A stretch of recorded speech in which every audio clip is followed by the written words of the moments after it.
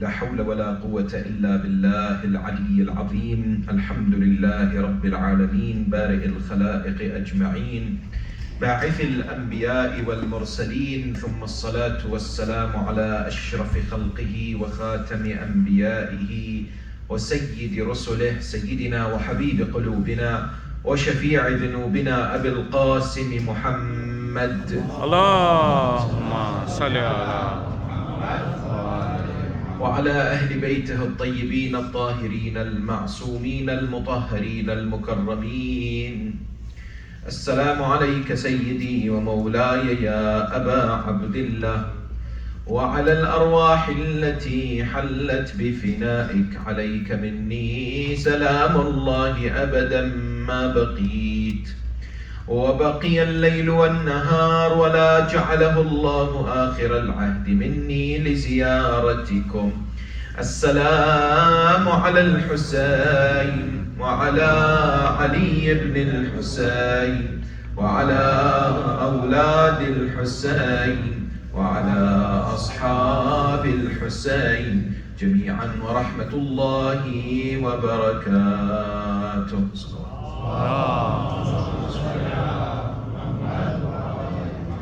قال الله العظيم في كتابه الكريم وهو أحسن القائلين وأصدق الصادقين: بسم الله الرحمن الرحيم، وإن من شيعته لإبراهيم.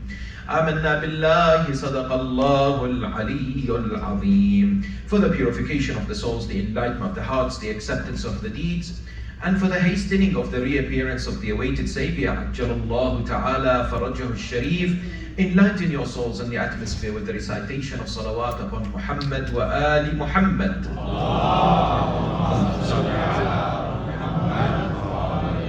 Respected elders, sisters and brothers, Assalamu alaikum wa rahmatullahi wa barakatuh. Wa alaikum assalam. Who is a Shi'i in the opinion and in the words of Imam Zayn al-Abidin Ali ibn al-Husayn al-Sajjad salawatullahi wa salamu alayhi.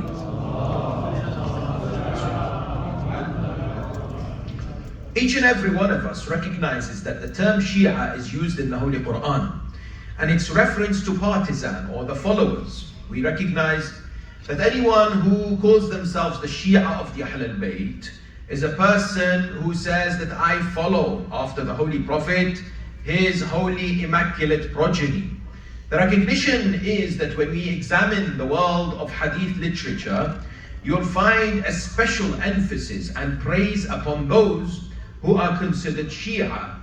Many a times, this is something that you and I need to be aware of when we understand that truly an individual who calls themselves Shia is blessed, and it's a matter of tawfiq from Allah subhanahu wa ta'ala to be known as a Shi'i Muslim. For example, when it comes to the Holy Quran, in Surah Bayyina, Allah subhanahu wa ta'ala says, إِنَّ الَّذِينَ آمَنُوا وَعَمِلُوا الصَّالِحَاتِ أُولَٰئِكَ هُمْ خَيْرُ الْبَرِيَّةِ. Those who are believers and perform righteous deeds are the best of the people. جَزَاؤُهُمْ عِنْدَ رَبِّهِمْ جَنَّاتُ عَدْنٍ تَجْرِي مِنْ تَحْتِهَا الْأَنْهَارُ. Allah says their reward is with God. They will obtain paradise, underneath which rivers flow. رَضِيَ اللَّهُ عَنْهُمْ وَرَضُوا عَنْهُ. Allah is pleased with them, and they are pleased with Allah. The Holy Prophet, Rasul al-A'zam wa Nabi al-Akram, Muhammad al-Mustafa sallallahu alayhi wa sallam, was asked this question. This narration is found where? Allama Hafiz Jalaluddin al-Suyuti in Durr al-Manthur. Also Allama Tabari in his tafsir. Similarly, Allama al-Hasakani in Shawahid al-Tanzil. Three big, massive books of our brothers in other schools which come and explain this hadith. The Holy Prophet is asked, Ya Rasulullah, who are the best of people? Khayrul Bariyya. I want to know so that I can be amongst them. In non-Shi'i sources, the Prophet of Islam says, Hum ya Ali anta wa shi'atuk. They are, O Ali, you and your Shia. Radina mardiyin. Allah is pleased with you on the day of Qiyamah, and you are pleased with Him. Hence there is praise that exists within Shia literature. However, at the same time, there is an important question, and that is what makes a person Shia? What characteristics do they have?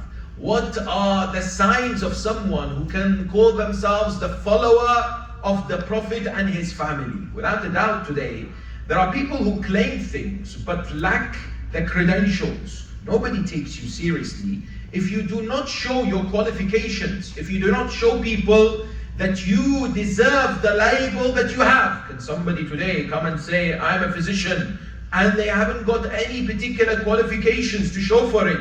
Can somebody today claim that they're president of a country, and indeed they're not indeed president at all? Therefore, you and I need to constantly ask ourselves this question: what makes me a Shia? How do I define myself as a Shia?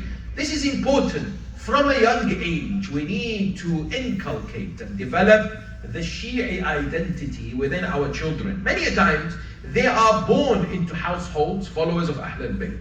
They take this for granted. They are raised within the label that they are Shia. They are the followers of Ali. Yet when you ask them, what makes you a follower of Ali?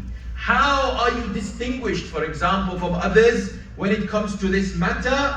They may indeed struggle. Some of them have truly understood their responsibilities, have appreciated the value of wilayah and the fact that they believe Allah subhanahu wa ta'ala has designated leaders after the Holy Prophet of Islam. May Allah bless that young man who I came across his story in one of the countries in the Middle East who indeed are expressing Shia phobia, meaning if you are one of the followers of the school of Ahl-e-Bait, you do not necessarily have to express yourself as such because you'll be mistreated. One day he was at school, he was only 11 or 12 years of age. Imagine when an individual understands what it is that makes a Shi'i will be able to defend the school of Ahl-e-Bait. This man, this young boy, was sitting in the classroom.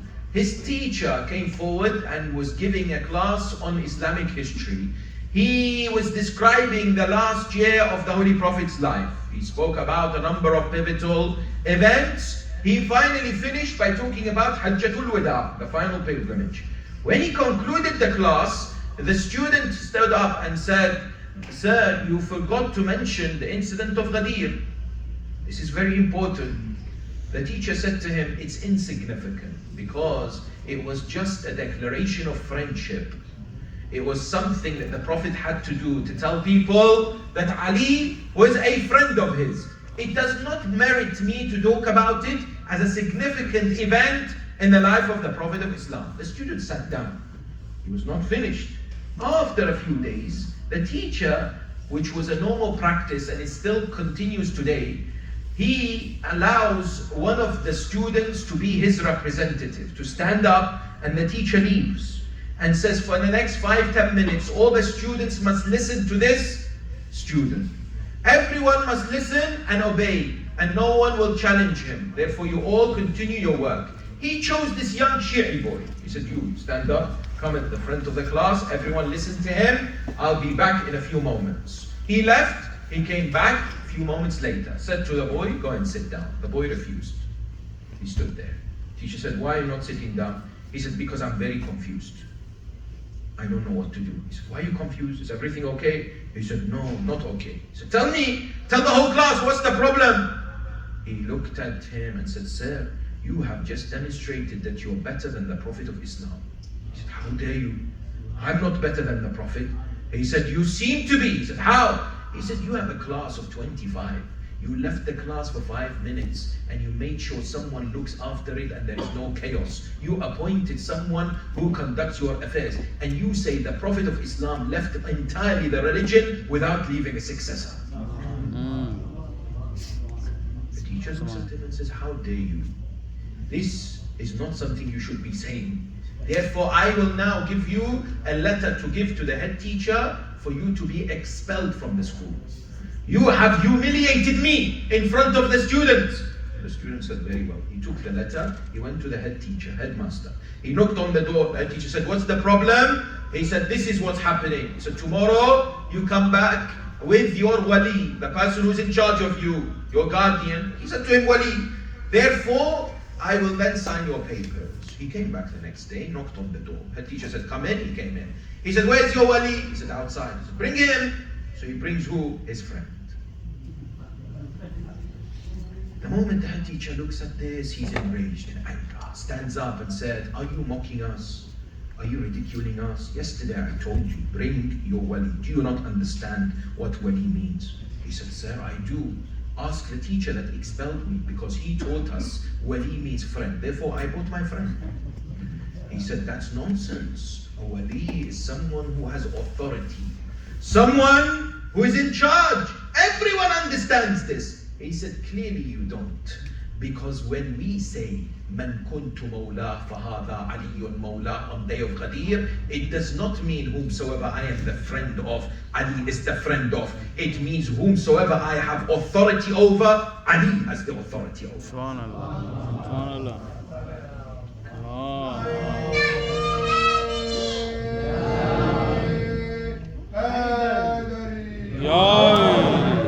How wonderful are these expressions? How amazing are these lines? How important is this knowledge that an individual has that can defend the school of Ahl-e-Bait in these particular moments? Wallah, somebody once, who is a professor from one of the leading countries in the Western world, went to visit Iran, the Hawza. When he was there, he was asking the scholars one question. He said, give me and summarize the school of Ahl-e-Bait to be a Shia Muslim in one word. I want one word.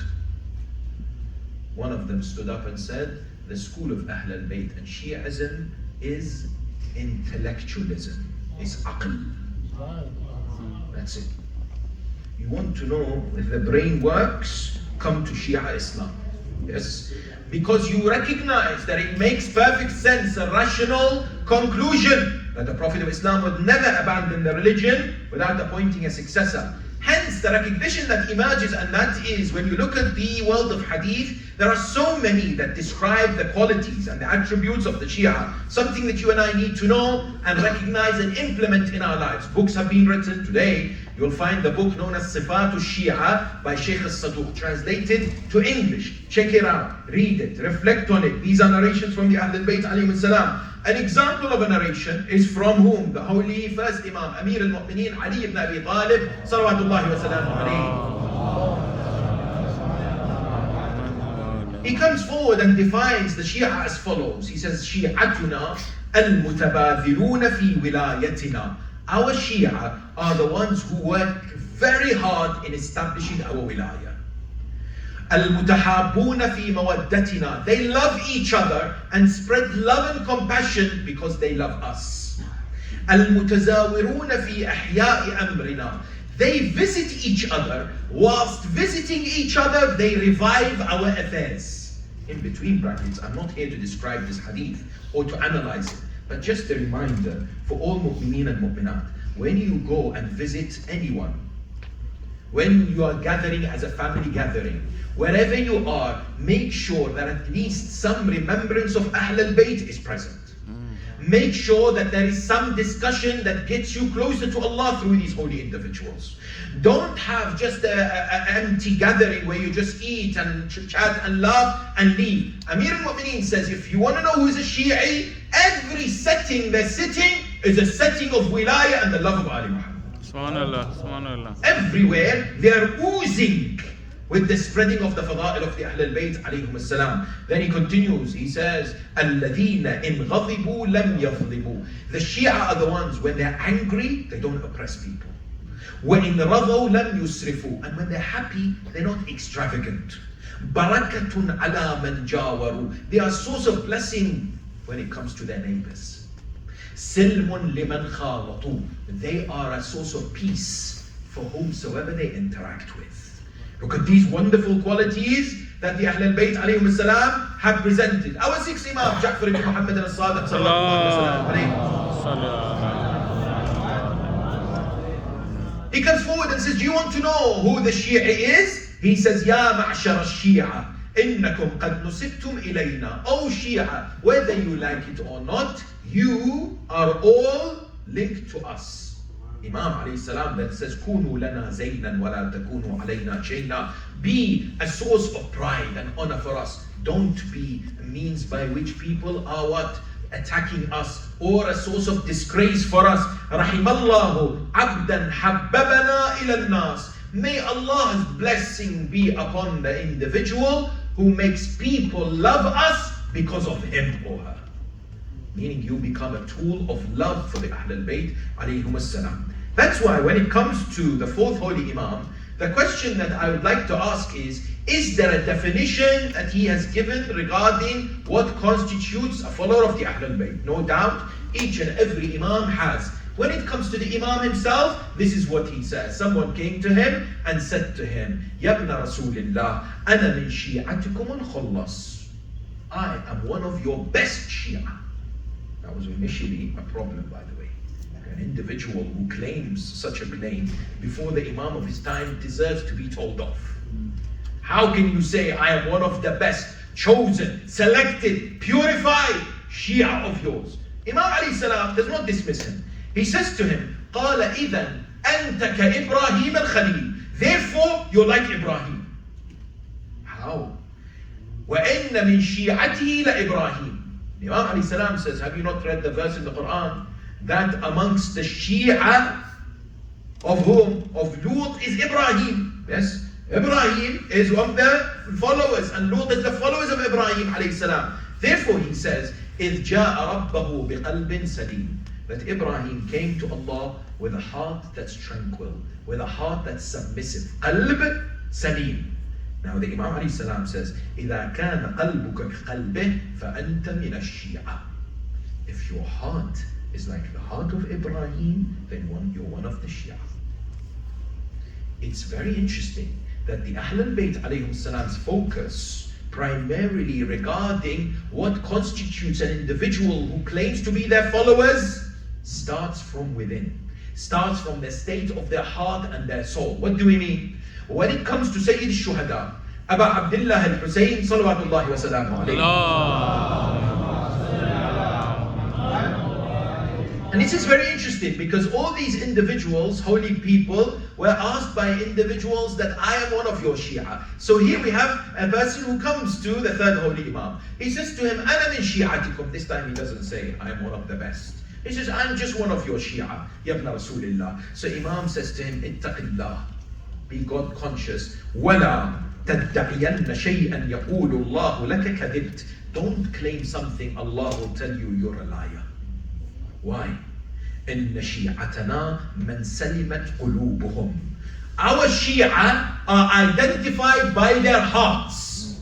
How? What is it that there must exist in their hearts? Their hearts must be free from the following. These are the words of Imam al-Husayn alayhi salam that's found in our books of narration. He says, سَلِمَتْ قُلُوبُهُمْ مِنْ كُلِّ غَشٍّ وَغَلٍّ وَدَغَلٍ. Their hearts must not have, number one, corrupt thoughts, evil, ill disposition, grudge, envy, spite, hatred.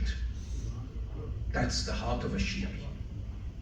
That's the heart that the Imam alayhi salam wants. Then he says to him, وَلَكِنْ but قُلْ أَنَا مِنْ مُوَالِيكُمْ وَمِنْ مُحِبِّيكُمْ.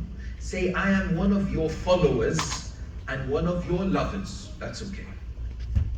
But if you want to claim that you are amongst our Shia, you must scrutinize and examine your heart and see where your heart lies in terms of your relationship with others.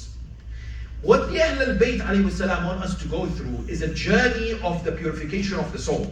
A journey regarding the way we interact and view others in society. If you look around the world today, if you look at our communities, one of the biggest challenges that we face is when it comes to relationships, is when it comes to people interacting with others, when it comes to people's ideas about others, the rumors that are spread about others, the discord that happens, the fitna, the dissension, the hatred that sometimes we see within the own community. And I ask you, even sometimes within the family. You see this when someone, for example, dies, such as a father. Brothers sometimes are fighting with each other regarding inheritance. You see this when a wife and a husband go through difficulties and conflicts in marriage, or for example, they end up divorced. The amount of ill talk between them or about each other is unbelievable out there. They think they have a green card or a permission to destroy each other's reputation, to clarify theirs. So you find, because this is an area that I'm involved, I deal with this on a daily basis, and I see the amount of backbiting, the amount of slander, the amount of hatred that is exhibited when it comes to social conflicts and problems between the people. Once somebody was asked, who's going through divorce, why are you going through divorce? What's the problem with your wife? Because usually it's not a problem with us, it's the problem with the other person. He said, I can't tell you because she's still my wife and there is a sacredness. So you know, there are people who are fitna mongers in the communities. They want the chatting and the gossip all the time. So this person waits for the divorce to complete and everything finishes. Comes back to this person and says to him, now you can tell me what's wrong with your ex-wife. He said, she's my sister in Islam. I can't say anything about her. Imagine if we have examples like that. That an individual recognizes every word we say, every expression, and wallah, every post we put on social media is subject of scrutinization by Rabbil Alameen, and we will be held accountable for it. The problem today is somehow this important element within the very fabric of society is not necessarily being adhered to. And we recognize there is a lot of work that we have to do to refine our hearts. Why? Because sadly we allow egos to dictate the way we think. When I see someone successful, I have to somehow bring him down. When I see someone who has something that I don't have, somehow I am not happy about it. When I see someone who perhaps is not going through the right way or thinking and may have not answered me in an appropriate way, I feel like I have to take my anger or revenge. And it's sad that we have this sometimes within our communities. I remember reading in social sciences, they say human beings are one of 4 categories. Now it's up to you to put yourself in one of these 4 categories. It says the first category of human beings are the people who